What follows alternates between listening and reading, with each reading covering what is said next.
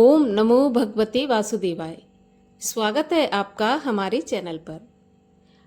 प्रिय श्रोताओं, आज से हमारे चैनल पर हम शुरू करने जा रहे हैं भगवत गीता के संपूर्ण 18 अध्याय। महात्म के साथ में 18 अध्याय आपको सुनने को मिलेंगे। आज के वीडियो में हम सुनाएंगे आपको पहला अध्याय संपूर्ण वर्णन के साथ में। ज्येष्ठ मास है और ज्येष्ठ मास में भगवान श्री हरि विष्णु की पूजा, सूर्यदेव की पूजा करना बहुत ही शुभ माना जाता है। भगवत गीता संपूर्ण मानव जाति को जीवन जीने की कला सिखाती है, धर्म और अधर्म में भेद करना सिखाती है। हमें हमेशा धर्म के मार्ग पर ले जाने में भगवत गीता बहुत ही महत्वपूर्ण भूमिका निभाती है। सभी भक्तों को भगवत गीता का पाठ अवश्य ही सुनना चाहिए और करना चाहिए। ज्येष्ठ का महीना चल रहा है और भगवान विष्णु को अति प्रिय ये महीना है और इस महीने में हम आपको संपूर्ण 18 अध्याय सुनाएंगे और उनका वर्णन भी सुनाएंगे। तो चलिए अब हम शुरू करते हैं भगवत गीता का पहला अध्याय। आगे के सभी अध्यायों को श्रवण करने के लिए हमारे चैनल को सब्सक्राइब अवश्य कर लीजिए और आज की कथा अच्छी लगे तो लाइक करके शेयर भी कर दीजिए। तो चलिए अब शुरू करते हैं श्रीमद् भगवत गीता का पहला अध्याय। जब कौरव और पांडव महाभारत के युद्ध को चले तब राजा धृतराष्ट्र ने कहा, मैं भी युद्ध देखने चलूंगा। तब श्री वेदव्यास जी बोले, हे राजन, नेत्रों के बिना कैसे देखोगे? राजा धृतराष्ट्र ने कहा, हे प्रभु, देखूंगा नहीं तो सुन तो सकूंगा। तब व्यास जी बोले, हे राजन, तेरा सारथी संजय जो कुछ महाभारत के युद्ध की लीला कुरुक्षेत्र में होगी सो तुझे यहाँ बैठे ही श्रवण कराएगा। वेद व्यास जी के मुख से यह वचन सुनकर संजय ने विनय करी कि हे प्रभु, यहाँ हस्तिनापुर में कुरुक्षेत्र की लीला मैं कैसे जानूंगा तथा राजा से किस प्रकार कहूंगा। तब व्यास जी ने प्रसन्न होकर संजय से कहा, हे संजय, मेरी कृपा से तुझे यहाँ से ही दिखाई देगा। व्यास जी के इतना कहते ही संजय की दृष्टि दिव्य हो गई और बुद्धि भी दिव्य हो गई। अब आगे महाभारत का कौतुक कहते हैं, सो सुनो। 7 अक्षौहिणी सेना पांडवों की ओर, 11 अक्षौहिणी सेना कौरवों की, ये दोनों सेनाएं कुरुक्षेत्र में एकत्रित हुईं। तब धृतराष्ट्र ने पूछा, संजय, धर्म के क्षेत्र में युद्ध की इच्छा से इकट्ठे हुए मेरे और पांडु के पुत्रों ने क्या किया? संजय कहने लगा, पांडवों की सेना को व्यूहुत देखकर दुर्योधन द्रोणाचार्य के समीप जाकर कहने लगे, हे आचार्य, देखिए, आपके शिष्य बुद्धिमान द्रुपद पुत्र ने पांडवों की बड़ी सेना की कैसी व्यूह रचना की है।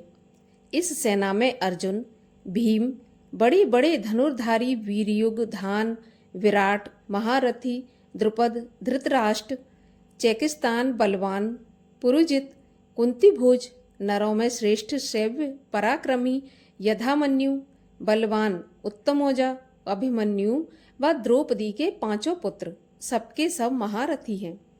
हे ब्राह्मण, आपके स्मरणार्थ में अपनी सेना के प्रधान सेनापतियों के नाम बताता हूँ। आप भीष्म, कर्ण, युद्ध विजयी कृपाचार्य, अश्वत्थामा, विकर्ण, सोमदत्त का पुत्र भूरिश्रवा और बहुत से शूरवीर मेरे लिए प्राण तक देने को तैयार हैं। ये लोग शस्त्र चलाने में बहुत चतुर हैं और सब युद्ध विद्या में प्रवीण हैं। हमारी सेना, जिसके भीष्म रक्षक हैं, अपार बल है और उसकी सेना के जिसके भीम रक्षक हैं, थोड़ा सा बल है। अब आप सब अपनी मोर्चों पर सावधान रहकर सेनापति भीष्म की रक्षा कीजिए। कुरुवृद्ध भीष्म पितामह ने दुर्योधन को प्रसन्न करते हुए और ऊंचे स्वर में गरजते हुए शंख बजाया। फिर चारों ओर शंख, नगाड़े, ढोल, गौमुख आदि अनेक बाजे बजने लगे, जिनका बड़ा भयंकर शब्द हुआ। इसके अनंतर सफेद घोड़ों के रथ पर बैठे भगवान श्री कृष्ण और पांडव अर्जुन ने भी दिव्य शंखों को बजाया।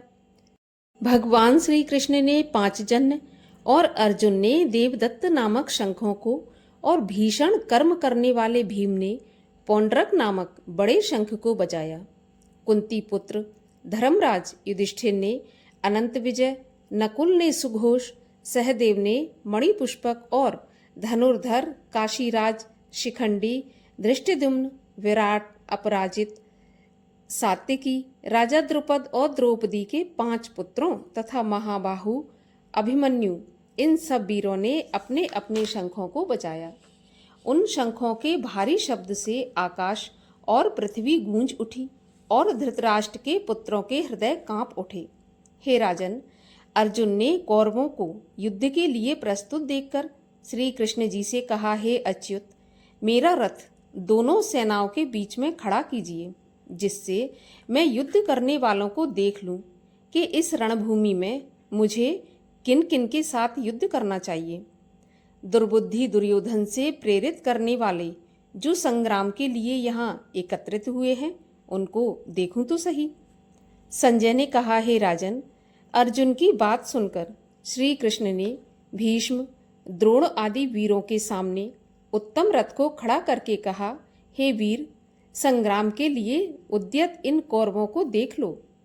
अर्जुन ने चाचा, बाबा, गुरु, मामा, भाई, पौत्र, ससुर और स्वजनों को शस्त्रों से सुसज्जित खड़े देखा और उसने इन दोनों सेनाओं में अपने ही सब बांधवों को देखकर परम दयाद्र हो अत्यंत खेद के साथ यह वचन कहे, हे कृष्ण, संग्राम की इच्छा से आए इन अपने बंधुओं को देखकर मेरे अंग ढीले हो रहे हैं और मुख सूखा जा रहा है।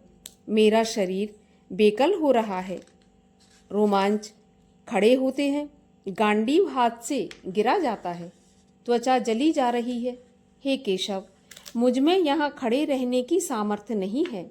मेरा मन चक्कर खा रहा है और सब लक्षण में उल्टे देख रहा हूँ और संग्राम में अपने स्वजनों का वध करके कोई लाभ नहीं होगा, क्योंकि हे कृष्ण, मैं उन्हें जीतकर राज्य का सुख भी नहीं चाहता।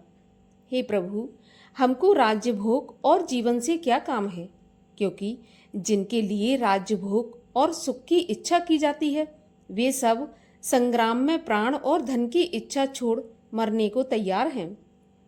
और आचार्य, पिता, पुत्र, पितामह, मामा, ससुर, पौत्र, साले और संबंधी ये सब मुझे मारें तो भी हे मधुसूदन, मैं इन्हें मारने की इच्छा नहीं करूँगा। हे जनार्दन, त्रिलोकी के राज्य के लिए भी मैं इन्हें नहीं मार सकता, फिर इस पृथ्वी के राज्य के लिए तो कहना ही क्या है। हे जनार्दन, धृतराष्ट्र के पुत्रों को मारकर हमारा क्या होगा? इन आतताइयों के वध करने से पाप ही होगा। इसलिए हमें अपने भाई धृतराष्ट्र के पुत्रों को मारना अनुचित है। हे माधव, स्वजनों को मारकर क्या हम सुखी हो सकते हैं? ये सब लोग लोभ के वशीभूत हैं और कुल के नाश करने तथा मित्र द्रोह करने में, पाप द्रोह करने में पाप को नहीं देखते। कुल नाश करने को जानते हुए भी हमको इस पातक से क्यों नहीं दूर रहना चाहिए?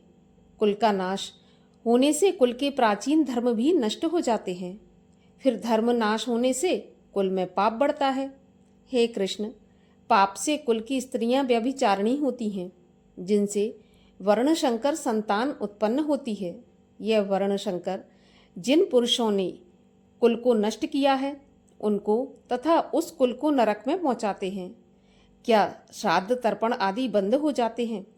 वर्णशंकर बनाने वाले दोषी से कुल ध्वंसकों के जाति धर्म और कुल धर्म निरंतर नष्ट हो जाते हैं। हे जनार्दन, मैंने बराबर सुना है कि कुल धर्म नष्ट होने से निश्चय ही नरक का वास करना पड़ता है। हम बड़ा पातक करने को तैयार हैं, जो राज्य सुख के लाभ से अपने स्वजनों को ही मारने की कोशिश कर रहे हैं। मुझे शस्त्र रहित एवं उपायहीन को रणभूमि बांधकर डाल दें तो मेरा बहुत कल्याण हो। संजय ने कहा, हे राजन, यह कहकर अत्यंत दुखी होकर अर्जुन ने उसी समय धनुष बाण फेंक दिया और रथ के पिछले भाग में जाकर बैठ गया। इस प्रकार श्रीमद् भगवत गीता का पहला अध्याय यहीं पर समाप्त हुआ और अब हम सुनते हैं पहले अध्याय का महात्म। एक समय पार्वती जी ने पूछा, हे महादेव, किस ज्ञान के बल से आपको संसार के सब लोग शिवजी कहकर पूछते हैं? मृगशाला ओढ़े, सब अंगों में शमशानों की विभूति लगाए, गले में सर्प और नरमुंडों की माला पहने हुए हो, इनमें तो कोई भी पवित्र नहीं है। फिर आप किस ज्ञान से पवित्र माने जाते हैं? यह आप कृपा करके हमसे कहिए। श्री महादेव जी बोले, प्रिय सुनो, गीता ज्ञान को हृदय में धारण करने से मैं पवित्र माना जाता हूँ और इस ज्ञान से मुझे बाहर के कर्म नहीं व्यापते। तब पार्वती जी ने कहा, भगवान, जिस गीता ज्ञान की आप ऐसी स्तुति करते हैं, उसके श्रवण करने के कारण कोई कृतार्थ भी हुआ है? तब श्री महादेव जी ने कहा, इस ज्ञान को सुनकर बहुत से जीव कृतार्थ हुए हैं और आगे भी होते रहेंगे। मैं तुमसे एक पुरातन कथा कहता हूँ, सो सुनो। एक समय पाताल लोक में शेषनाग की सैया पर श्री नारायण जी नैन मूंदकर आनंद में बैठे थे।